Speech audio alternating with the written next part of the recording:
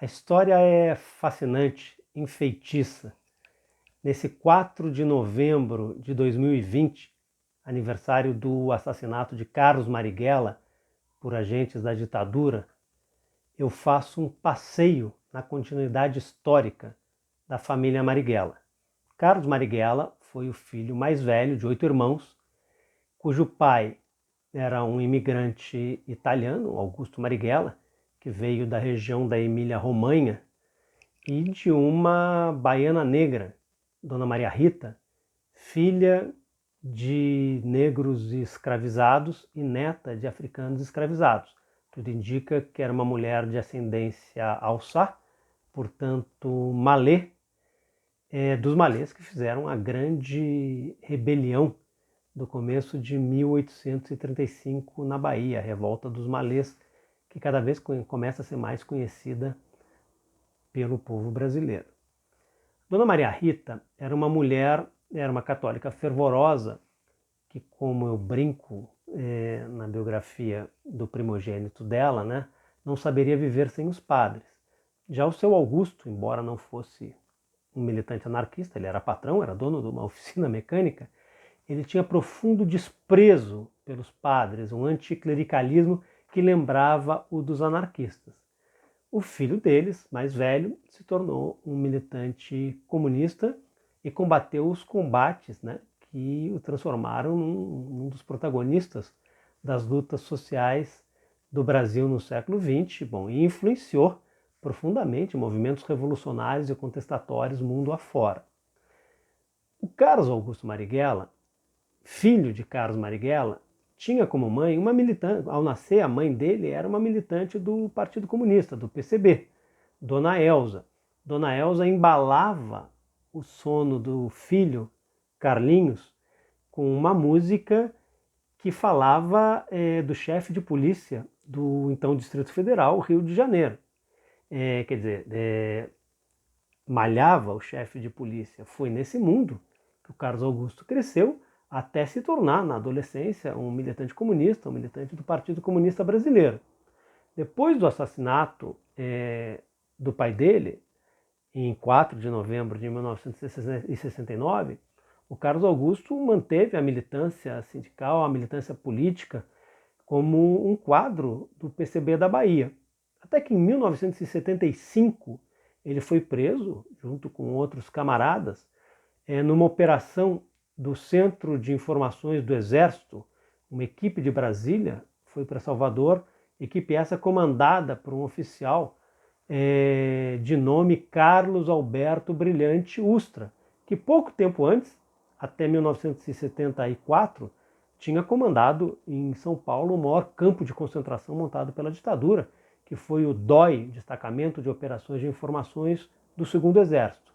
Nessa operação de 1975, que se chamou Operação Acarajé, muitos militantes foram torturados. No caso do Carlos Augusto, ele foi torturado pessoalmente pelo oficial Brilhante Ustra.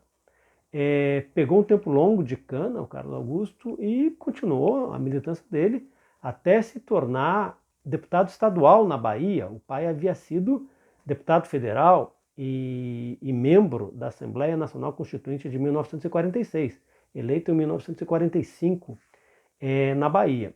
O Carlos Augusto foi deputado, acabou se afastando do PCB, mas manteve a militância dele nos últimos tempos, em particular como advogado dedicado à causa dos direitos humanos. E nessa continuidade histórica, o Carlos Augusto, com 2 filhas e um filho, ele vai ter na Maria Marighella uma pessoa que lembra muito o avô dela, Carlos Marighella. A Maria, como se sabe, é uma atriz e gestora cultural. Depoimento de quem já assistiu no teatro. É uma brilhante atriz, a Maria, brilhante, maravilhosa. No pouco tempo que ela tem agora no filme Marighella, dirigido pelo Wagner Moura, ela brilha e deixa uma marca de arrepiar, interpretando no filme a avó dela, Dona Elza, mãe de Carlinhos, filho de Carlos Marighella e pai da Maria. E a Maria, como a gente sabe também, é uma gestora cultural de mão cheia, tanto agora, recentemente, como ela foi na Bahia, como também por algum tempo, enquanto foi permitido, e antes do golpe de Estado de 2016, na Funarte. É curioso que a Maria, eu já falei isso pessoalmente para ela, já falei isso em vários debates, o jeito dela, não somente as ideias, né, que as ideias são comuns à família Marighella, a esse núcleo da família Marighella na Bahia, mas o estilo, o jeito dela, agitado, combativo, lembra muito o avô.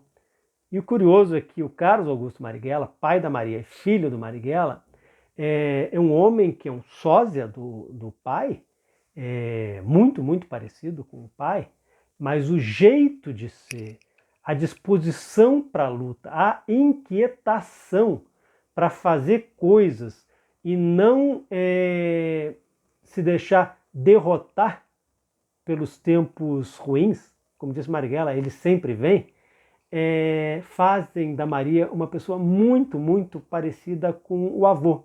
E sempre que eu estou com a Maria, sempre que eu vejo a Maria, eu me lembro daquela frase do avô dela, escrita em 1965, né, sobre a atitude a tomar diante da ditadura que tinha sido implantada no Brasil no ano anterior, em abril de 64. E Carlos Marighella escreveu, né, o conformismo é a morte. Então, quando eu vejo essa história assim, da família Marighella, até dar na Maria, né, eu sempre me lembro da frase do avô: o conformismo é a morte. Então é isso, né? Nesses 51 anos do assassinato do Marighella, quase 30 agentes armados até os dentes contra um homem desarmado, não há confronto, né? Há um assassinato.